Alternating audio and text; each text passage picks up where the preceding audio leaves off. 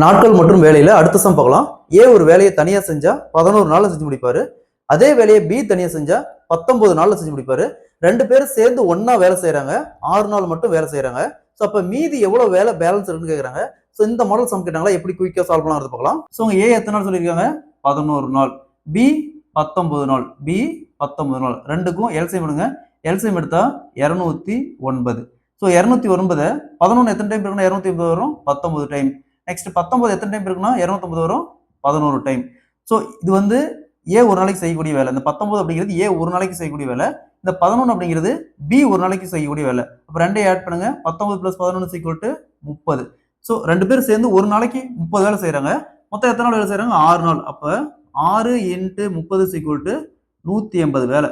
மொத்த வேலை பாருங்க. மொத்த வேலை 209. மொத்த வேலை 209. அதுல 180 போயிடுச்சுன்னா 180 போச்சுன்னா மீதி 29. ஸோ 29 வேலை பேலன்ஸ் இருக்கும். டோட்டல் வேலை 209.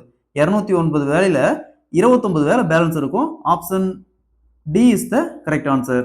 இந்த கொஸ்டின்ல என்ன கேட்டிருக்காங்கன்னா மீதி வேலையை ஃபிராக்ஷன்ல கேட்டிருக்காங்க, அதாவது பின்னத்துல கேட்டிருக்காங்க. ஸோ அதனால நம்ம பேலன்ஸ் எவ்வளவு வேலை இருக்கோ அந்த வேலை வகுத்துல டோட்டல் வேலையை போடணும். சரிங்களா? ஸோ அதே மாதிரி இந்த சம் பாருங்க. இந்த சம்ம சால்வ் பண்ணி இதுக்கான ஆன்சரை கமெண்ட்ல போடுங்க. இந்த சம்ம சால்வ் பண்ணிட்டாவே இந்த மெத்தட்ல எப்படி சம் போடுறாங்க நீங்க ஈஸியா சால்வ் பண்ணிடலாம். அது ஏ ஒரு வேலையை தனியா 24 நாள்ல செஞ்சு முடிப்பாரு. அதே வேலையை பி தனியா செஞ்சா 12 நாள்ல செஞ்சு முடிப்பாரு. 2 பேரும் சேர்ந்து அந்த வேலையை ஸ்டார்ட் பண்றாங்க.